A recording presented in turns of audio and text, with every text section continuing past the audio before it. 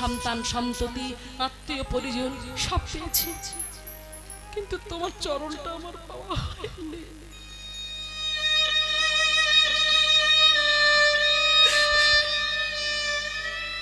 আমার কিচ্ছু চাই না, শুধু তোমার এই চরণ দুটো আমাকে দাও।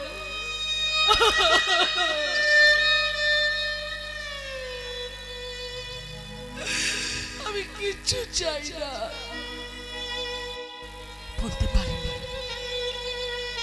ভগবানের কাছে আমরা বারবার ছুটে যাই, ভগবানের কাছে গিয়ে বলি, ঠাকুর আমার ছেলেকে ভালো রেখো, আমার মেয়েটাকে ভালো রেখো, আমার সংসারে সবাইকে ভালো রেখো। কিন্তু কোনোদিন জানতে চেয়েছেন ভগবানের কাছে গিয়ে, প্রভু গোবিন্দ, হে প্রাণনাথ, হে প্রাণবল্লভ, তুমি ভালো আছো?